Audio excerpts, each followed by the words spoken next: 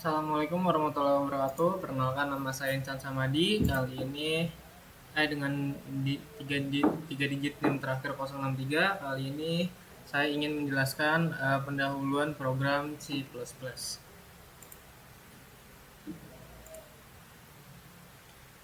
Nah, di pengenalan pertama ini adalah pengertiannya. C++ adalah sebuah bahasa pemrograman yang memiliki banyak dialek, seperti bahasa orang yang banyak memiliki dialek dalam C++.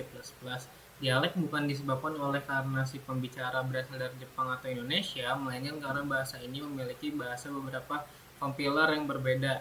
Ada 4 compiler umum, yaitu Boolean C++, Microsoft Visual C++, Wacom C/386 dan DJPG-PP. Nah, bahasa pemrograman C++ ini adalah bahasa yang amat berbeda untuk kompiler C++ berbasis DOS.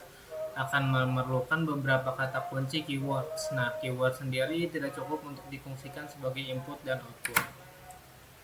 Nah, membuat rumusan pemecahan masalahnya adalah dalam membuat rumusan untuk pemecahan masalah ini kita dapat menggunakan code atau menggunakan flowchart. Contoh menghitung luas lingkarannya adalah seperti yang ada di bawah ini di flowchart dan Python code-nya.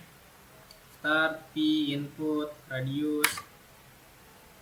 Selanjutnya adalah implementasi program. Nah, di dalam mengimplementasi algoritma, kita akan menentukan bahasa pemrograman apa yang cocok nih atau ingin yang digunakannya, misalnya Pascal atau DLP Basic dan sebagainya.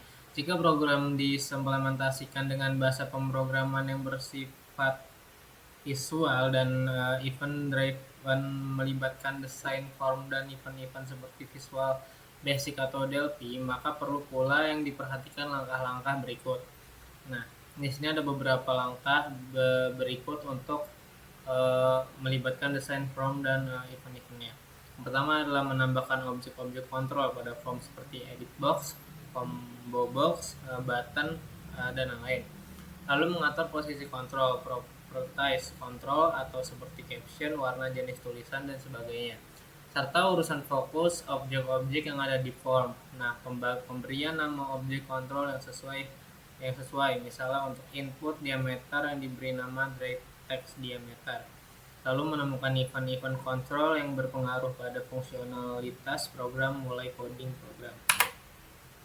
Lalu yang keempat adalah menguji coba dan membuat dokumentasinya. Setelah implementasi, langkah selanjutnya adalah menguji program tersebut, apakah aplikasi kita sudah berjalan atau belum. Bila belum berjalan sesuai rencana, maka kita perlu mengakalinya kembali di algoritma atau rumusan serta implementasi program yang telah kita buat. Nah, lalu untuk memudahkan dalam memeriksa kesalahan suatu program atau memahami jalannya program, kita juga perlu membuat dokumentasi dari program yang dibuat. Dokumentasi tersebut itu bersifat informasi, mulai dari tujuan atau fungsi program, algoritma program, hingga cara menggunakannya. Lalu di sini ada struktur bahasa program atau procedural. Itu adalah bagian deklarasi dan bagian statement. Selanjutnya adalah bagian deklarasi. Nah, bagian deklarasi ini merupakan bagian program untuk mendefinisikan tipe data suatu variabel, instana, serta fungsi dan prosedur yang akan digunakan pada program. Deklarasi digunakan untuk memperkenalkan suatu nama kepada kompiler program. Nah, di sini ada contoh deklarasinya, yaitu A deklarasi variabel. Kalian bisa lihat di tabel berikut, bahasa spasial dan bahasa C.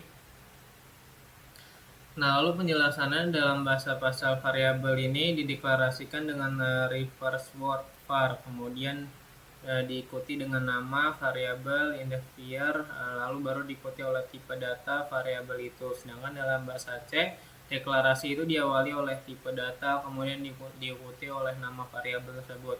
Nah, suatu identifier harus diawali oleh karakter, bukan angka, tetapi tidak boleh diawali dengan karakter khusus seperti yang ada di situ. Nah, pada bahasa pasal identifier tidak bersifat case sensitif, huruf besar, huruf kecil. Sedangkan dalam bahasa C, identifier bersifat cara bersifat case sensitif atau huruf besar, huruf kecil. Nah, lalu ada di deklarasi konstanta pada Pascal dan C. Contohnya cos P sama dengan 3,14. Nah, penjelasannya itu adalah konstakata yaitu nilai yang tetap. Jadi jika mengacu pada contoh di atas, maka nilai P tidak dapat diubah dan akan selalu 3,14.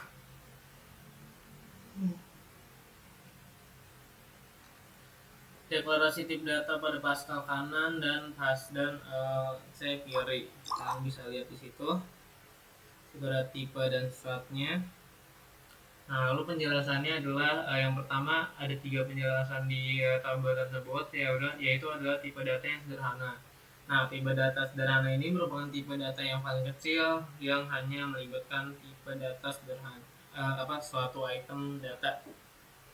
Misalnya tipe data integer, string, real, boolean, dan sebagainya. Nah, tipe data terstruktur itu merupakan tipe data yang terdiri dari beberapa item data. Nah, tipe data pointer. Tipe data pointer itu digunakan untuk menunjuk pada alamat memori suatu yang lain. Contoh pengurusan tipe data atau pointer. Nah, lalu yang D ini ada deklarasi prosedur foundation.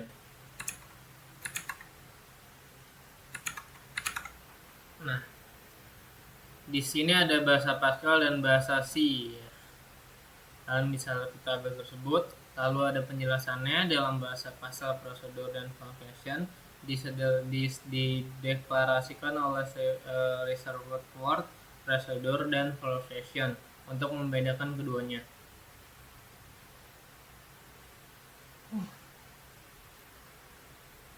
Tetapi dalam bahasa C, prosedur pada dasarnya adalah function yang mengembalikan void alias tidak membalikan nilai apa-apa, sehingga semua subprogram dalam bahasa C yang dideklarasikan oleh reservoir word dianggap sebagai fungsi saja. Lalu di sini ada bagian statement. Nah, pada bahasa C itu dimulai dengan deklarasi variabel hingga akhir statement yang diawali dan diakhiri oleh tanda kurung karawal. Nah, berikut ini adalah potongan kode untuk implementasi program dengan bahasa C. Seperti kalian bisa lihat di kotak ini. Nah, lalu di sini adalah penjelasan potongan kode bahasa C untuk contoh yang ada di sini tadi. Nah, include studio.h baris diawali oleh program mengikutkan header library studio ke dalam program. Yang kedua adalah void main dalam kurung. Baris kedua ini menandakan awal dari blok statement utama yang merupakan suatu fungsi atau sub program yang diberi nama main. Nah, yang ketiga adalah const p sama dengan 3,14. Pada awal baris ketiga ini terdapat tanda kurung awal sebagai pembuka blok statement, kemudian reserved word cost yang digunakan untuk mendeklarasikan nih konstanta p-nya, float, diameter, radius. Nah, baris keempat ini berfungsi mendeklarasikan variabel diameter, radius, dan luas dengan tipe data float bilangan pecahan. Nah, sekian persen dan diameternya. Baris kelima berisi perintah yang berfungsi untuk meminta input bertype float dari user dan kemudian nilai disimpan ke variabel diameter. Yang keenam ada radius sama dengan diameter per 2,0. Yang ketujuh adalah luas sama dengan pi radius. Baris ke-6 itu ketujuh melakukan operasi matematika penghitungan luas lingkaran. Nah, baris ini digunakan untuk mencetak isi variabel luas yang bertipe float. Baris ini menandakan akhir dari blok statement. Lalu ada elemen-elemen dalam pemrograman, ada 5, yaitu aturan leksikal, tipe data, expression, statement, vocation, dan producer. Yang pertama adalah aturan leksikal.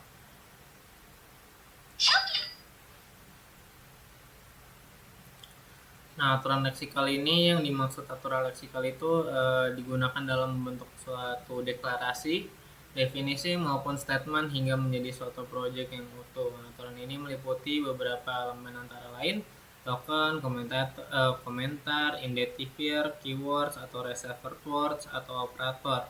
Nah, token ini adalah elemen terkecil pada bahasa pemrograman yang memiliki arti penting bagi kompiler. Nah, yang dimaksud token antara lain adalah indexer, keyword, reservoir, operator, dan berbagai token yang satu dengan yang lainnya.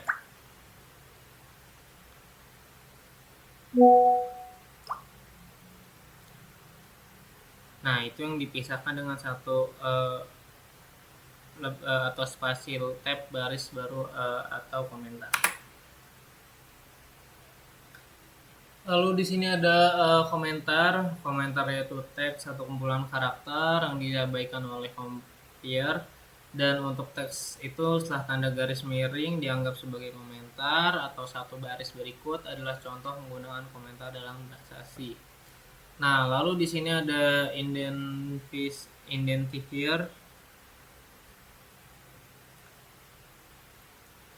Identifier ini merupakan kumpulan karakter yang digunakan sebagai penanda nama variabel, tipe data, fungsi, prosedur, dan sebagainya. Dalam penulisan identifier ini harus diawali dengan karakter non-angka seperti berikut.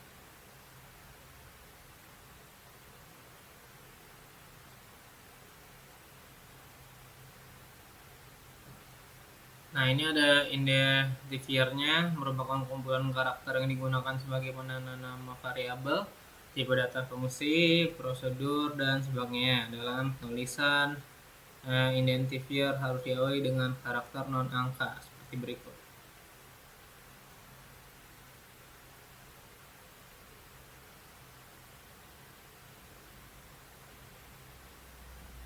Tetapi tidak diawali dengan karakter khusus sebagai berikut yang ada di sini.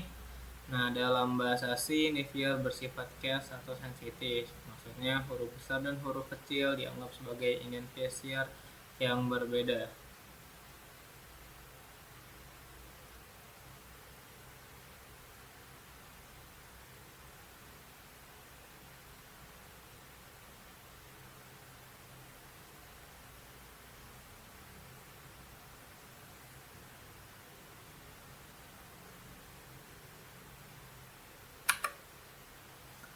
Lalu ini ada keywords atau reserved words. Nah, keywords ini merupakan kata-kata yang telah ada yang didefinisikan oleh bahasa pemrograman yang bersangkutan.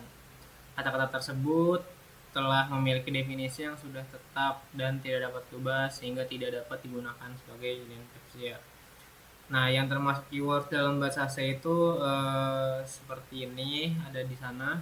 Lalu operator yang digunakan untuk melakukan suatu perhitungan atau operasi binary, operator, dan bila melibatkan 3 operand yang disebut ternary operator. Nah, ini adalah contoh-contoh jenis dekategorikan dan jenis operator ya, ada 5: pointer, relation, wishbone, assessment, arithmetic, operator.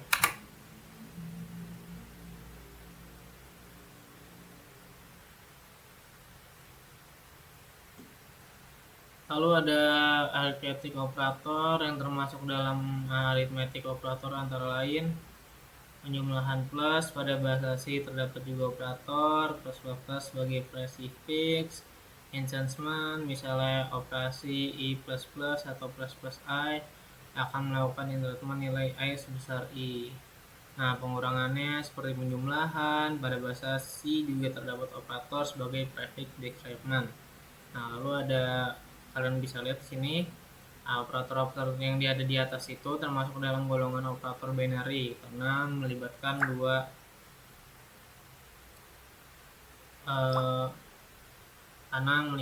dua operand, yaitu operator binary seperti minus dan plus.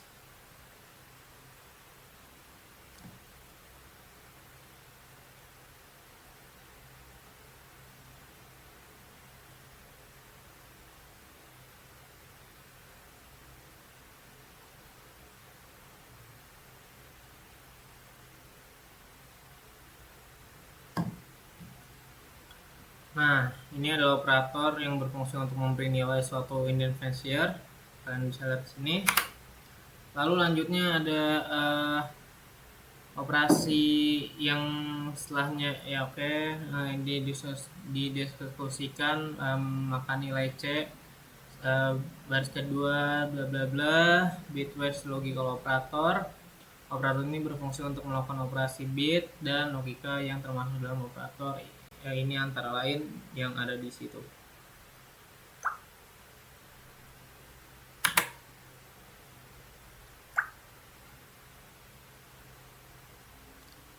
Operator ini berfungsi untuk membandingkan nih nilai dua operan. Operan yang dibandingkan harus memiliki tipe data yang sama, penanda lebih besar. Ini adalah simbol-simbolnya.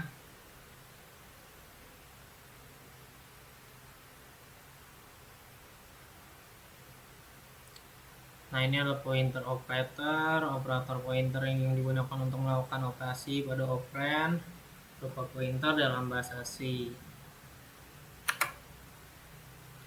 Nah, ini adalah tipe datanya. Tipe data ini yang digunakan untuk menentukan jenis nilai yang dapat ditampung oleh suatu variabel. Kalian bisa lihat di sini tabelnya. Ada tipe, bahasa Pascal, bahasa C, jangkauan nilai. Nah, di sini adalah tipe data yang dapat menampung lebih dari satu nilai, yaitu adalah array. Array yaitu tipe data berindeks yang berdiri dari suatu atau dari elemen. Kalian bisa lihat di sini pada bahasa C, indeks batas bawah dari array selalu 0. Nah, dan batas atas array adalah jumlah elemen yang dikurang 1. Lalu di sini ada kelanjutannya adalah gambar array yang multidimensi. Struktur dalam bahasanya ini adalah bahasa C. Tipe data ini juga berguna untuk mempresentasikan kumpulan atau set elemen atau komponen satu atau lebih tipe data. Setiap elemen itu juga disebut file. Berikut ini adalah contoh penggunaan struct. Nih, kalian bisa lihat yang ada di situ. Itu adalah contoh penggunaan struct. Lalu ada tipe data adalah enumerate yang didefinisikan oleh programmer. Contohnya tipe data itu bisa lihat di sini, bahasa C, 6, tari, sensel, rabu, kamis, jumat, dan lain. Ini adalah hari-harinya. Yaitu yang ketiga ada expression. Yang dimaksud dengan expression ekspresi yaitu adalah suatu pernyataan yang menghasilkan suatu nilai. Expression tersusun dari operator dan operand yang digunakan untuk menghitung atau memberi suatu nilai variabel induktif.